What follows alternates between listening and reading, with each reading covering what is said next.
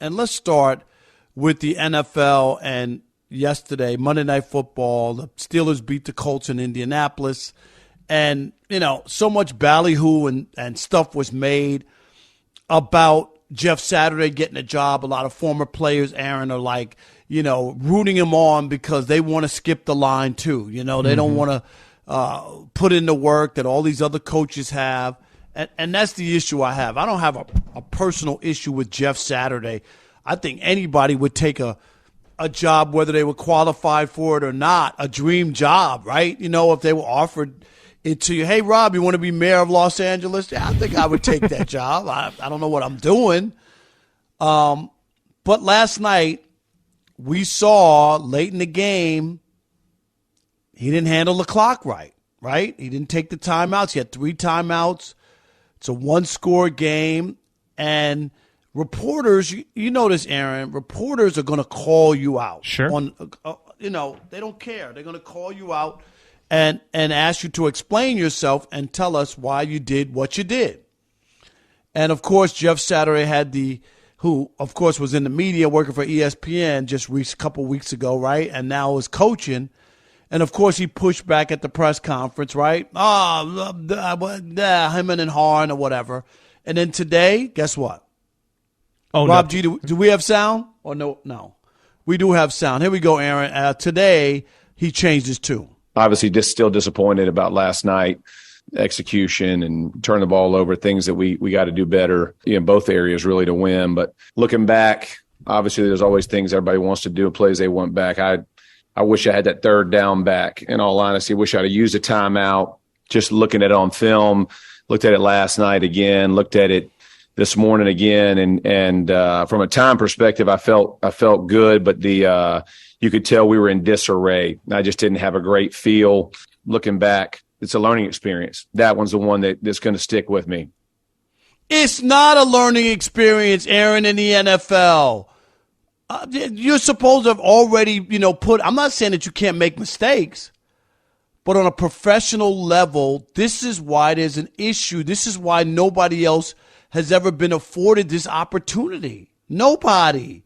College coaches, you got to learn your way through. Nathaniel Ken Hackett in Denver's been bad.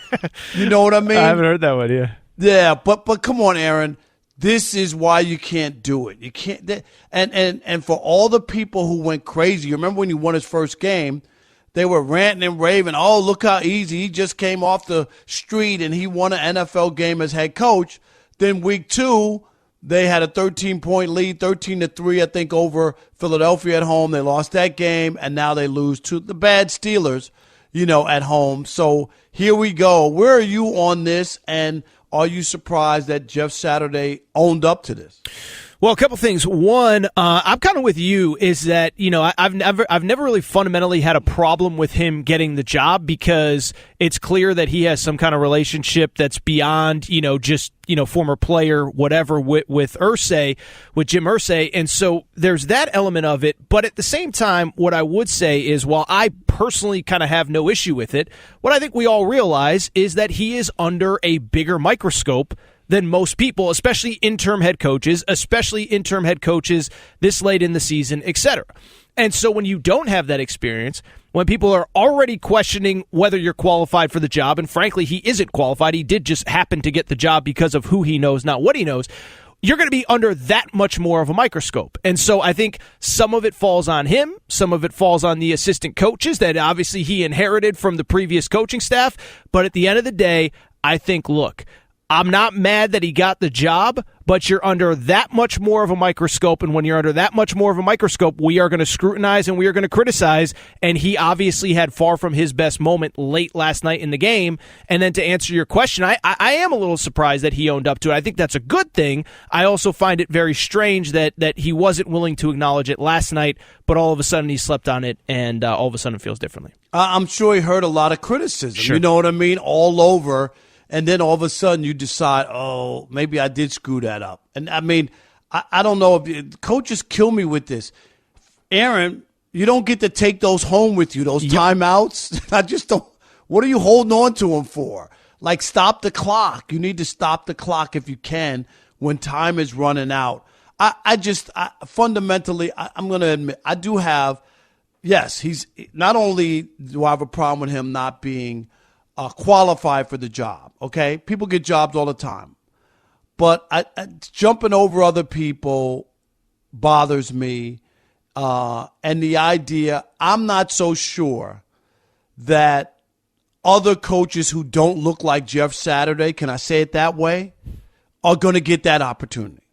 You know, like that's what I will question in the NFL. They have a hard time already hiring black coaches who have had success as coordinators. They had to put in a rule to even get these guys interviewed, and it's just a slap in the face. So I can't sit quiet and act like it's all right or whatever.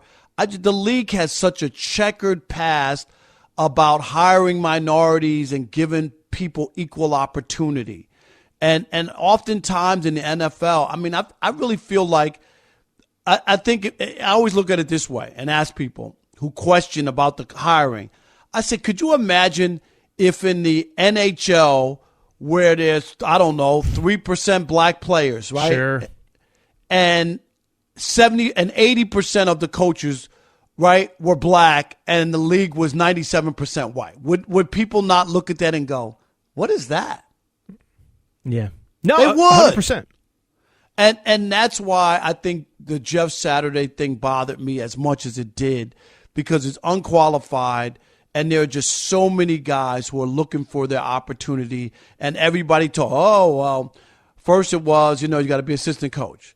Then when they weren't getting hired, they said, well, you got to be a coordinator, you got to do that job.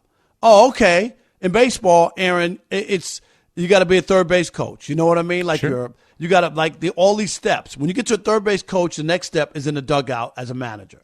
Oh, okay. That we got to do. Then I want to work my way around the diamond to be able to get there.